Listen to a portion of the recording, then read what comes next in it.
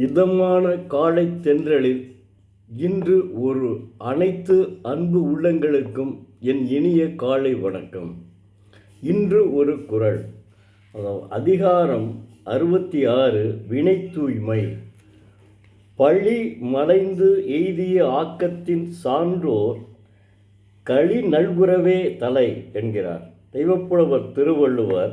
சாலாதார் தீய வினைச்சொற்களை செய்து அதனால் பழியை தம்மேற்கொண்டு பெற்ற செல்வத்தின் அது மேற்கொள்ளாத சான்றோர் அனுபவிக்கும் மிக்க நல்குரவே உயர்ந்தது என்கிறார். அதாவது நான் விளக்கமாகவும் சொல்கிறேன். தீமையான தொழில்களை செய்து அதனால் பணியினை தாம் மேற்கொண்டு பெற்ற செல்வத்தினை விட பழியினை மேற்கொள்ளாத சான்றோர்கள் அனுபவிக்கும் மிகுந்த வறுமையே உயர்ந்ததாகும் என்கிறார். என்ன அற்புதமாக சொல்லியிருக்காரு. ஒவ்வொரு தடவை ஒவ்வொரு குறளையும் அது ஒவ்வொன்றும் இருக்கும் அவருடைய இது. அதாவது தீமையான செயல்களை செய்து அந்த பழியை தான் ஏற்றுக்கொண்டு அதனால் செல்வந்தனாவது அவன் அது நல்லதல்ல அப்படின்னு சொல்கிறாரு.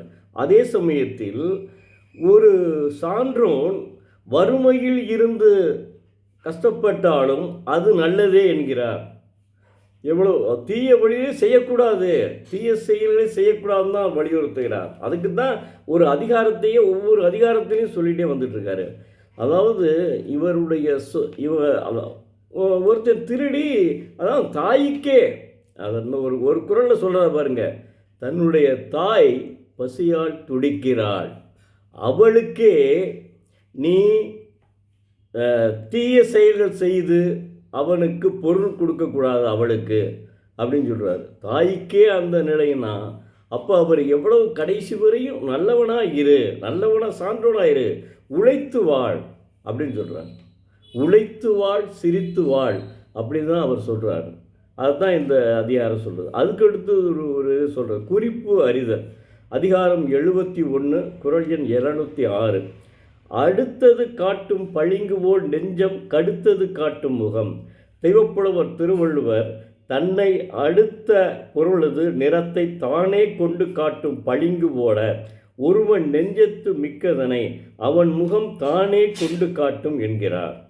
தன்னை அடுத்த பொருளினது நிறத்தை தானே கொண்டு காட்டும் பளிங்கினைப் போல ஒருவன் நெஞ்சத்தில் மிக்கதனை அவன் முகம் தானே கொண்டு காட்டும் என்கிறார். ஏன்னா அதாவது தன்னுடைய முகத்தையே கண்ணாடி மாதிரி தான் சொல்கிறார் அவர். அதாவது தன்னை அடுத்த பொருளின் நிறத்தை தானே கொண்டு காட்டும் பளிங்கு போல ஒருவன் நெஞ்சத்தில் மிக்கதனை அவன் முகம் தானே கொண்டு காட்டும் என்கிறார். அவனுடைய நெஞ்சத்தில் என்ன இருக்கிறது என்பதைய அவருடைய முகமே காட்டி கொடுத்து விடும் என்கிறார். அதுதான் நம்ம சொல்லுவோம்ல, the face is the index of the mind. ஆங்கிலத்தில், தமிழில் என்ன சொல்லுவோம்னா அகத்தின் அழகு முகத்தில் தெரியும். The face is the index of the mind. இதுதான் ஆங்கிலத்தில் பழமொழிங்க. இது தமிழில் அகத்தின் அழகு முகத்தில் தெரியும். அதனால தான் அவர் அற்புதமாக சொல்லியிருக்கார். அடுத்து ஒன்று, அதாவது நீங்கள் ஒரு நமது மண்வாசம் என்ற ஒரு திருமலை ஆசிரியர், திருமலை என்பவர் காந்தியவாதி. அவர் 6 வீரர்கள் என்ற ஒரு நூலை எழுதியிருக்கார். அற்புதமாக இருக்கும். காந்திய மியூசியத்தில் அவர் வெளியிடுவார் எப்போவுமே. அவர் மாத இதழ் ஒன்று நடத்திட்டு இருக்கார், நமது மண்வாசம். அதில் என்னுடைய உடன்பிறவா சகோதரர், தமிழாசிரியர் ஓய்வு கவிஞர் முருகேசன் அவர்கள் மாதந்தோறும் ஒரு குறள் வழி கதையாக சொல்லுவார். காலமே கருவி என்றதில் இந்த மாதிரி சொல்லியிருக்காரு.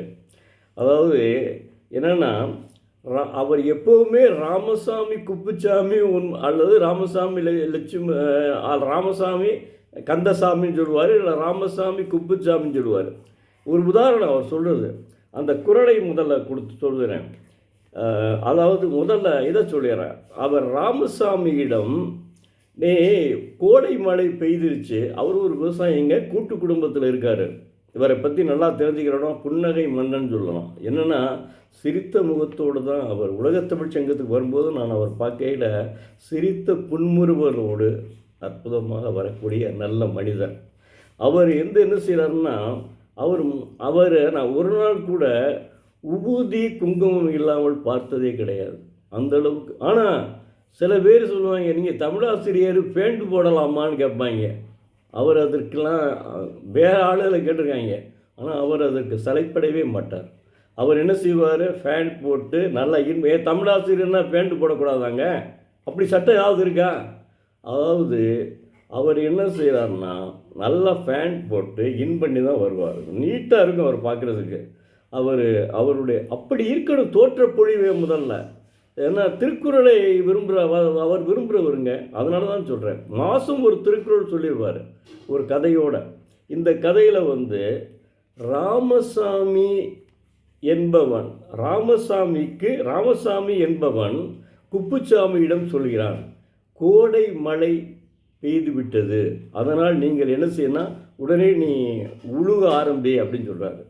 ஏயா கோடை மழையில் போய் உழுது போட்டால் மழை பெய்யலைன்னா என்ன ஆகும், வெட்டியாக செலவுள்ள ஆகுறோம் அப்படின்னு அவன் சொல்லிடுறான். இதுக்கு ஏதாவது எவிடன்ஸ், அதாவது ஏதாவது இது வச்சுக்கியா, சான்று வச்சுருக்கியா, சான்றிதழ் இப்படி இருக்கு கோடை மழையில் உழுகலாம்னு சொல்லிட்டு.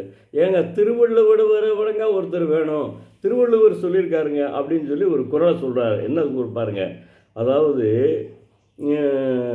தொடிப்புழுதி கச்சா உனக்கின் பிடித்தருவும் வேண்டாது சாலப்படும். குறள் 1037. அதாவது ஒரு பழம் புழுதி கால்பழம் ஆகும்படி உழுது காய்விட்டால் ஒருபிடி எருவும் இட வேண்டாம், அந்நிலத்தில் பயிர் செழித்து விளையும் என்கிறார். பாருங்கள் எவ்வளோ அற்புதமாக சொல்லியிருக்காருன்னு பாருங்கள். அது திருவள்ளுவருக்கே உதாரணம் காய்க்கிறான். ராமசாமி கேட்குறது கதைக்கு ஒரு கதை சொல்லாமல் அவர் அதை சொல்ல மாட்டார். அதுக்கடுத்து என்ன செஞ்சார், இன்னும் ஒரு குறளையும் சொல்கிறார். அதாவது அவர் நல்ல விவரமாக நிறைய கருத்துக்களை அதில் சொல்லி தான் வர்றார். நான் குறைச்சிக்கிறேன், உங்களுக்கு சொன்ன நேரம் பற்றாமையால் நான் அதை குறைச்சிக்கிறேன். அப்புறம் என்ன சொல்கிறாரு, வள்ளுவரின் அதாவது பின்னர் பருவமழை பெய்த பின் விவசாயம் மேற்கொண்டார், சிறப்பாக விளைச்சல் தந்ததுன்னு வைங்களேன். அதுக்கு அடுத்தது வேதனையிழந்த ராமசாமி, நீ சொன்னதை கேட்டிருக்கலாம்னு சொல்லி அவர் வருத்தப்படுறாருன்னு சொல்கிறார். அவ்வளோதான். அடுத்து இன்னொரு குறளையும் சொல்கிறார். கோடை உழவு வழக்கமான ஒன்று என்றாலும் வள்ளுவரின் அடுத்த ஒரு குறள், அருவினை என்ப உழவோ கருவியான் காலம் அறிந்து செய்யின். காலம் அறிந்து செய்ய அப்படின்ற ஒரு குறள் 483வது குறளை சொல்கிறாரு. அருவினை என்ப உழவோ கருவியான் காலம் அறிந்து செய்யின். இந்த குறள் தான் அற்புதமாக இருக்கும். இந்த குறளில் என்ன சொல்கிறாருன்னா, செய்யும் செயலை முடிப்பதற்கு வேண்டிய கருவிகளுடன் ஏற்ற காலத்தையும் அறிந்து செய்தால் முடியாத செயல்கள் என்பவை ஏதும் கிடையாது என்பது என்னுடைய விளக்கம் அப்படின்னு சொல்லி இன்னொரு குறளையும் உதாரணம் சொல்கிறார் பாருங்கள். அந்த இதில் வாசுப்பா மாணிக்கம்னா கருவினா ஆற்றல்னு சொல்கிறாரு. வாசுப்பா மாணிக்கம் இருக்கார்ல, அவர் பயங்கர இலக்கியவாதிங்க. வாசுப்பா மாணிக்கம் அவருடைய புக்கெல்லாம் நான் 2-3 புக்கு படிச்சிருக்கேன்.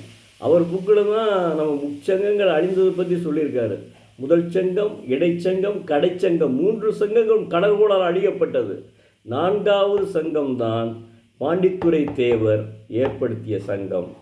அது அந்த 3 சங்க தமிழ்ச்சங்கம் மதுரையினுடைய வரலாற்றை அற்புதமாக வாசுப்ப மாணிக்கம் எழுதுவார். அதுதான் ஆற்றல் என பொருள் என்று சொல்கிறார். அப்போ அந்த அவருடைய நம்ம சகோதரர் அன்பு உடன்பிறவா சகோதரர் கவிஞர் முருகேசன் அவர்களையும் இந்த நேரத்தில் பாராட்ட கடமைப்பட்டுள்ளேன். நான் பாராட்டுறதில்லை, அவர் தான் எனக்கு பாராட்டுறதுக்கு அவர் இது இல்லை அந்தளவுக்கு. இருந்தாலும் அவர் திருக்குறளை போற்றுகிறார், மாதம் ஒரு திருக்குறள் சொல்கிறார் என்பதற்காக அவரை நான் வணங்குகிறேன்.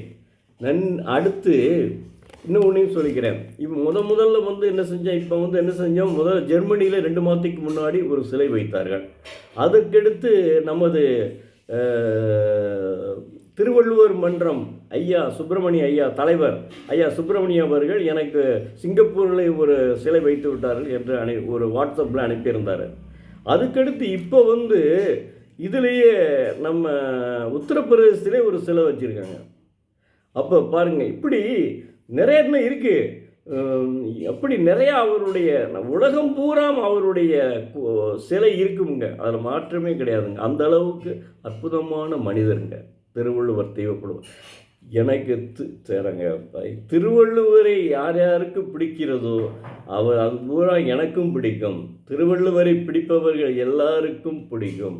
ஏன்னா காலேஜ் ஹவுஸினுடைய நிறுவனர் மணிமொழியனாருடைய மகன் அவர் இப்படி திருக்குறளை போட்டிகிட்டே வந்துட்டு இருந்தாருங்க.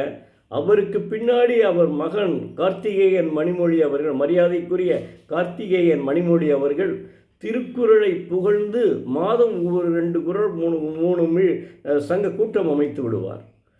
அப்படியே தன்னுடைய தந்தையை போலவே அவரும் இருக்கிறார். அதைத்தான் சொல்ல வருகிறார். நன்றி, வணக்கம். நாளை மீண்டும் பார்ப்போம்.